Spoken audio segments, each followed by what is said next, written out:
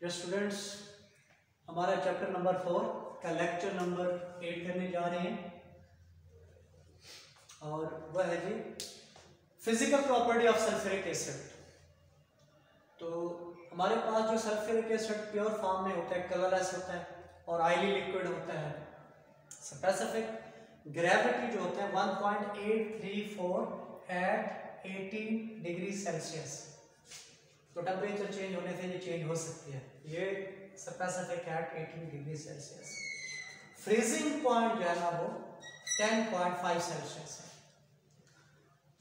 और boiling point जो है ना 338 सेल्सियस है। डिसोल्यूशन इन वाटर, इसको जब हम पानी में डिसॉल्व करते हैं तो ये हाईली एक्सोथर्मिक रिएक्शन होता है, बहुत ज्यादा हीट पैदा होती है और एक्सप्लोजन होता है। इसलिए हम सल्फ्यूरिक एसिड में वाटर को ऐड नहीं करते, बल्कि लार्ज क्वांटिटी ऑफ वाटर लेकर उसमें drop by drop sulphuric acid add करते हैं ताकि जो हीट रिलीज हो पानी उस हीट को कंट्रोल करे और एक्सप्लोजन ना हो। तो इसलिए जब भी हम डिसॉल्व करते हैं इसको डाइल्यूट करते हैं सल्फ्यूरिक एसिड को, तो हम क्या करते हैं पानी में सल्फ्यूरिक एसिड को ड्रॉप बाय ड्रॉप ऐड करते हैं। हम सल्फ्यूरिक एसिड में पानी ऐड नहीं करते। कंडक्शन, प्योर फॉर्म में जो सल्फ्यूरिक एसिड है ये बैड कंडक्टर है। क्यों? क्योंकि कंडक्शन के लिए आयन होने चाहिए और जब ये प्योर फॉर्म में होता है तो ये आयोनाइज नहीं होता, इसलिए बैड कंडक्टर हो जाता है। लेकिन जो ही इसको पानी में डालते हैं तो तब ये आयोनाइज हो जाता है और अच्छा कंडक्टर बन जाता है इलेक्ट्रिसिटी का। तो यानी जितना हम इसके अंदर पानी ऐड करते हैं, डाइल्यूट करते जाते हैं, तो उसकी वजह से इसके आयोनाइजेशन बढ़ती है और उसकी वजह से इसकी कंडक्शन भी बढ़ती है। तो प्योर फॉर्म में नहीं है, अलबत्ता जब ये एक्वस सॉल्यूशन में होता है तो फ्री आयंस पर मुश्तमिल होता है which can conduct the electricity. और हैलिक प्रेशर टू स्किन को ये डैमेज कर देता है, टिश्यू को ये बर्न कर देता है। यानी अगर जिस्म के किसी हिस्से पर ये लग जाए तो हाईली एक्सोथर्मिक रिएक्शन होता है। एक्चुअली होता क्या है बेटा कि हमारे जो है ना ब्लड है और ब्लड में वाटर होता है और वाटर के साथ ये हाईली एक्सोथर्मिक रिएक्शन हम पहले पढ़ चुके हैं कि हाईली एक्सोथर्मिक रिएक्शन शो करता है वाटर के साथ। तो इसीलिए अगर हमारी स्किन पर पड़ेगा तो फौरन ये वाटर से रिएक्ट करेगा और उस दौरान बहुत ज़्यादा हीट पैदा होगी और वो हीट हमारी स्किन को क्या कर देती है, बर्न कर देती है, टिश्यू को डैमेज कर देती है। तो इसलिए इससे बचना चाहिए और बड़ी एहतियात की ज़रूरत है इसको यूज़ करते हुए लेबॉर्ट्री में। और इसमें थोड़ी सी भी अगर हम बेहतियाती करें तो ये हमें नुकसान पहुंचा सकता है। अब हम ये रिएक्शन बाद में देखते हैं। अब सल्फ्यूरिक एसिड के जो हम रिएक्शन देखते हैं तो सबसे पहले हम इसको डिसोसिएशन देखते हैं। ये रूम टेम्परेचर पर जो है ना वो स्टेबल होता है, ये डिसोसिएट नहीं होता, डिकम्पोज नहीं होता। अलबत्ता हाई टेम्परेचर पर ये सल्फर ट्राइऑक्साइड में और वाटर में डिसोसिएट हो जाता है, टूट जाता है, डिकम्पोज हो जाता है। ठीक है, अगर हम एज ए एसिड लें तो ये हमारे पास डाइबेसिक एसिड कहलाता है। क्यों डाइबेसिक एसिड कहते हैं? क्योंकि ये 2 रिप्लेसेबल हाइड्रोजन आयन देता है। तो ऐसा एसिड जो एक रिप्लेसेबल हाइड्रोजन आयन देता है उसको मोनोबेसिक एसिड कहते हैं और जो 2 दे देते हैं उसको हम डाइबेसिक एसिड कह देते हैं और जो 3 देता है उसको ट्राइबेसिक एसिड कहते हैं। लेकिन क्योंकि ये 2 देते हैं इसलिए इसको हम क्या कहते हैं, dibasic acid. So sulphuric acid is a strong dibasic acid. तो इस तरह से जब हम इसको पानी में डालते हैं तो इस तरह से ये डिसोसिएट होता है। तो फर्स्ट हम हाइड्रोजन और हाइड्रोजन सल्फेट बनाते हैं और ये मजीद हाइड्रोजन आयन रिलीज करते हैं और सल्फेट आयन करते हैं। तो फाइनल प्रोडक्ट हमारे पास ये है कि 2 हाइड्रोजन आयन बनते हैं और सल्फेट आयन बनता है। अगर हम इसके रिएक्शन देखें तो इसके रिएक्शन तो है ये एज ए एसिड भी बिहेव करता है, एज ए डिहाइड्रेटिंग एजेंट भी बिहेव करता है और एज ए ऑक्सीडाइजिंग एजेंट भी बिहेव करता है। अभी हम जो इसके रिएक्शन डिस्कस करने वाले हैं वो एज ए एसिड किस तरह से बिहेव करता है। देखिए, जब हम इसको अल्कलीज के साथ या बेसिस के साथ रिएक्ट करवाएं और उस सूरत में साल्ट और वाटर बनता है, इस प्रोसेस को हम कहते हैं न्यूट्रलाइजेशन। न्यूट्रलाइजेशन कहते हैं। और ऐसे रिएक्शन में होता यह है कि जो रिएक्टेंट हमारे पास लेफ्ट साइड पे हैं उनकी ऑक्सीडेशन स्टेट और जो हमारे पास राइट साइड पर है उनके ऑक्सीडेशन स्टेट में फर्क नहीं आता।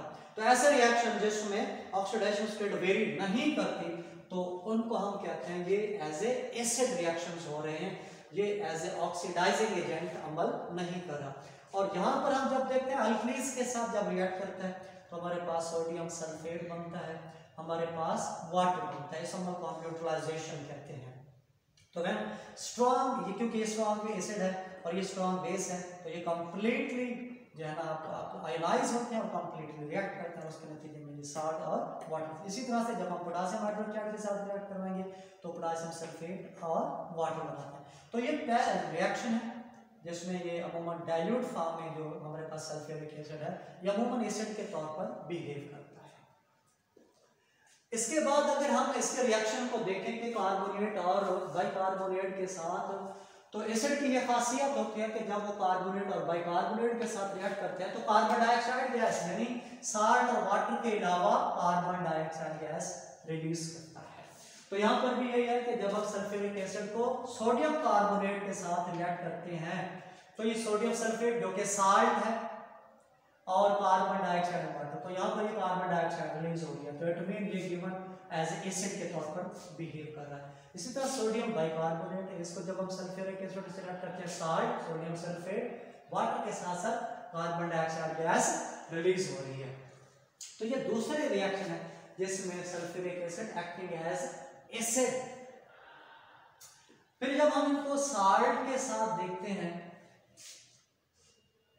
साल्ट के साथ जब हम इसके रिएक्शन देखते हैं जैसे कि सोडियम क्लोराइड है और उसमें पोटेशियम नाइट्रेट है तो उस सूरत में यहाँ से सोडियम और ये सल्फेट आपस में मिलकर सोडियम सल्फेट बना देते हैं और ये HCl आपस में मिलकर HCl बना देते हैं, हाइड्रोजन क्लोराइड। तो इस तरह से ये वो रिएक्शन है जिसमें हमारे पास सल्फ्यूरिक एसिड एज ए किसके तौर पर अमल कर रहा है, एज ए एसिड के तौर पर अमल कर रहा है। इस तरह से यहाँ पर पोटेशियम नाइट्रेट में जब हम सल्फ्यूरिक एसिड को रिएक्ट करवाते हैं तो हमारे पास पोटेशियम बाइसल्फेट बनता है, पोटेशियम बाइसल्फेट बनता है और क्या बनता है नाइट्रिक एसिड, यानी यहाँ से एक H यहाँ NO3 के साथ मिलता है क्योंकि ये एसिड होता है जो हाइड्रोजन आयन दे देता है। तो यहाँ पर भी हाइड्रोजन आयन दे रहा है, यहाँ पर भी हाइड्रोजन आयन दे रहा है, तो ये हाइड्रोजन नाइट्रेट से मिलकर क्या बना रहे हैं, नाइट्रिक एसिड। तो यहाँ पर भी एज ए किसके तौर पर अमल कर रहा है, एज ए एसिड के तौर पर। इसी तरह इसके कुछ रिएक्शन हम मेटल के साथ देखते हैं। ये हमारे पास कुछ मेटल्स हैं,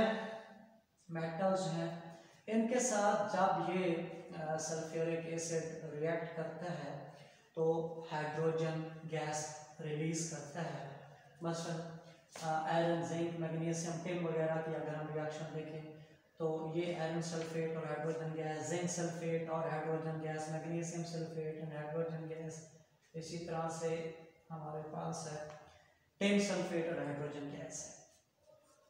ये जो हमारे पास सल्फ्यूरिक एसिड है कोल्ड फॉर्म में कुछ मेटल के साथ ये रिएक्ट नहीं करता, कोल्ड फॉर्म में ये कुछ मेटल के साथ रिएक्ट नहीं करता, यानी हॉट फॉर्म में रिएक्ट करता है लेकिन कोल्ड फॉर्म में इनके साथ रिएक्ट नहीं करता। मसलन हमारे पास कॉपर है, सिल्वर है, लेड है, मरकरी है, कोल्ड फॉर्म में इनके साथ रिएक्ट नहीं करता, अलबत्ता हॉट फॉर्म में इनके साथ रिएक्ट करता है और सल्फर डाइऑक्साइड गैस रिलीज होती है। तो इट मीन अगर टेम्परेचर चेंज करें तो रिएक्शन जो है ना कंडीशन चेंज होती है, प्रोडक्ट चेंज हो जाते हैं। तो यहाँ पर जस्ट हमने इसको जो है ना अगर कोल्ड में चेंज रिएक्ट करवाने की कोशिश करें तो रिएक्शन नहीं होता, लेकिन hot and concentrated sulphuric acid जब इन मेटल के साथ रिएक्ट करते हैं तो then it release sulphur dioxide gas. जैसे कॉपर है, कॉपर के साथ मिलकर कॉपर सल्फेट, वाटर के अलावा सल्फर डाइऑक्साइड। इसी तरह सिल्वर है, सिल्वर के साथ मिलकर सिल्वर सल्फेट बना रहा है, वाटर के साथ से सल्फर डाइऑक्साइड। तो ये रिएक्शन है जिनमें सल्फ्यूरिक एसिड किसके तौर पर बिहेव कर रहा है, एज ए एसिड के तौर पर बिहेव कर रहा है। इसमें हमने इसको रिएक्शन करवाए, किसके साथ, अल्कलीज के साथ रिएक्ट करवाए, उसमें एज एसिड के तौर पर अमल कर रहा है। कार्बोनेट्स और बाइकार्बोनेट के साथ जब हम दिख रहा है तो उसमें भी एज एसिड के तौर पर, हमने इसको साल्ट के साथ कराया तब भी ये एज एसिड के तौर पर बिहेव कर रहा है। फिर हमने इसको मेटल के साथ रिएक्ट करवाया तब भी एसिड के तौर पर बिहेव कर रहा है। तो फिर इसके हमने जो है ना वो हॉट एंड कोल्ड स्टेट में देखा, तो हॉट स्टेट में इसकी रिएक्टिविटी कुछ कम होती है, लेकिन हॉट फॉर्म, कोल्ड फॉर्म में रिएक्टिविटी कम होती है, हॉट फॉर्म में इसकी रिएक्टिविटी बढ़ जाती है। और कुछ मेटल हैं जो कोल्ड फॉर्म में रिएक्ट नहीं करती, लेकिन हॉट फॉर्म में इसके साथ रिएक्ट करके साल्ट वाटर के साथ साथ सल्फर डाइऑक्साइड, तो ये वो रिएक्शन है जिसमें sulphuric acid acting as acid.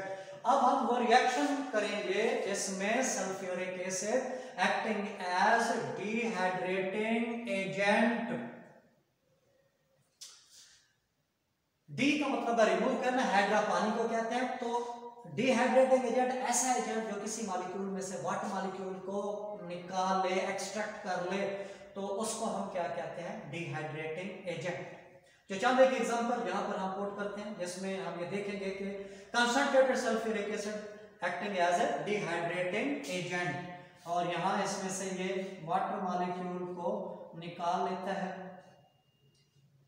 Concentrated H2SO4। यहां से देखें एक हाइड्रोजन और एक हाइड्रोक्सिल ग्रुप ये मिलकर वाटर बना देते हैं, कार्बन डाइऑक्साइड बनती है और कार्बन मोनोऑक्साइड। तो इस तरह से हमारे पास ये carbon dioxide and plus carbon monoxide. तो इस तरह से जब concentrated sulphuric acid oxalic acid के साथ रिएक्ट करता है तो कार्बन डाइऑक्साइड कार्बन मोनोऑक्साइड के साथ साथ वाटर जो है ना यहाँ से रिलीज होता है। इसी तरह से फार्मिक एसिड है, यहाँ से जब हम इसको कंसंट्रेटेड सल्फ्यूरिक एसिड के साथ रिएक्ट करें तो यहाँ से भी, यानी वो तमाम कंपाउंड जिनमें हाइड्रोजन और हाइड्रोक्सिल ग्रुप हो सकता है, तो वहां से ये वाटर मॉलिक्यूल को अमूमन निकालता है और इस तरह से it is acting as a dehydrating. Formic acid में भी हाइड्रोक्सिल ग्रुप भी, हाइड्रोजन भी यहाँ से अवेलेबल है, तो इस वजह से यहाँ से वाटर निकल गया, ये H और OH मिलकर वाटर बनाने, और बाकी क्या बन गया, कार्बन मोनोऑक्साइड। अब ये ऑर्गेनिक में भी आप लोग ये पढ़ चुके होंगे कि हम जो है ना अल्कीन बनाते हैं किससे, अल्कोहल से, और उसके लिए हम यूज करते हैं dehydrating agent like concentrated sulphuric acid. तो यहाँ पर भी देखें हाइड्रोक्सिल ग्रुप भी है और ये अल्फा कार्बन है और ये बीटा, अल्फा से हाइड्रोक्सिल ग्रुप निकलेगा तो बीटा कार्बन से हाइड्रोजन निकलेगा। तो इस तरह से हाइड्रोक्सिल, जहाँ से हाइड्रोक्सिल और हाइड्रोजन मिलकर वाटर बना देंगे। अब यहाँ से एक H निकल गया तो बाकी बच जाएगा CH2। ओके, अब क्योंकि एक हाइड्रोजन निकल गया तो उसको बॉन्ड यहाँ पर शिफ्ट हो जाएगा, तो सिंगल बॉन्ड से ये क्या बन जाएगा, डबल बॉन्ड, और यहाँ बन जाएगा CH2 और ये OH क्योंकि यहाँ से रिलीज हो गया, हाइड्रोजन से मिलकर वाटर बना चुका है। तो इस तरह से अल्कोहल को जब हम कंसंट्रेटेड सल्फ्यूरिक एसिड से रिएक्ट करवाते हैं तो उस सूरत में अल्फा कार्बन से हाइड्रोक्सिल ग्रुप और बीटा कार्बन से हाइड्रोजन निकलकर वाटर बनाते हैं, और इस तरह से ये carbon to carbon double bond elimination reaction हो जाता है, यानी hydrogen oxygen hydroxyl group eliminate कर जाते हैं और इस तरह से carbon to carbon double bond बन जाता है। तो यहाँ पर भी sulphuric acid acting as dehydrating agent. इसी तरह से ग्लूकोज को जब हम कंसंट्रेटेड सल्फ्यूरिक एसिड से रिएक्ट करवाते हैं, यानी जब हमारे पास ग्लूकोज है, जिस तरह से हमारे पास सक्रोज है, स्टार्च है वगैरह वगैरह, ये वो कंपाउंड है जो कि हम कार्बोहाइड्रेट्स कहलाते हैं, जिसमें कार्बन, हाइड्रोजन और ऑक्सीजन मौजूद होता है। तो इस वजह से इनको हम पॉलीहाइड्रोक्साइड, कीटोन वगैरह कहते हैं। तो इसमें हाइड्रोक्सिल ग्रुप भी, हाइड्रोजन भी होता है, तो इसलिए यहाँ पर भी ये एज ए डिहाइड्रेटिंग एजेंट के तौर पर अमल करता है। और यहाँ से फिर जब हम इसको कंसंट्रेटेड सल्फ्यूरिक एसिड के साथ रिएक्ट करते हैं तो थोड़ी देर के बाद देखते हैं कि वो हमारे पास जो मैस बचा है वो ब्लैक हो जाता है। तो उसकी वजह ये होता है कि एक्चुअली यहाँ से ये हाइड्रोजन ऑक्सीजन मिलकर वाटर बना देते हैं। यहाँ 12 हाइड्रोजन है और 6 ऑक्सीजन है, और एक मॉलिक्यूल के लिए 2 हाइड्रोजन चाहिए होते हैं और 1 ऑक्सीजन। तो यहाँ पर अगर 12 हाइड्रोजन है तो इट मीन हमारे पास 6 वाटर के मॉलिक्यूल बन सकते हैं। तो इस तरह से ये 6 वाटर मॉलिक्यूल जब निकलेंगे तो बाकी क्या बच जाएगा, 6 कार्बन। ये जो ब्लैक मास होते हैं वो किसकी वजह से हो जाते हैं? इस कार्बन की वजह से हो जाते हैं। तो इट मीन ग्लूकोज में सल्फ्यूरिक एसिड, सुक्रोज में, इस तरह से जितने भी हमारे पास हैं स्टार्च वगैरह, इनमें जब हम इनको कंसंट्रेटेड सल्फ्यूरिक एसिड के साथ रिएक्ट कराते हैं तो ये एक्टिंग एज डिहाइड्रेटिंग एजेंट और वाटर मॉलिक्यूल वहां से रिमूव करते हैं और बाकी कार्बन ब्लैक कर जाता है। तो इसी तरह से यहाँ पर हमारे पास 11 वाटर मॉलिक्यूल जो है ना वो रिलीज हो जाते हैं और 12 कार्बन हमारे पास यहाँ। तो ये वो रिएक्शन है जिसमें हमने देखा कि sulphuric acid acting as dehydrating agent. अब लास्ट में हम जो इसके बात करेंगे बेटा वो हम इसके करेंगे the reactions of sulphuric acid in which it is acting as oxidising agent. इसके हम यूजेस करेंगे। Thank you.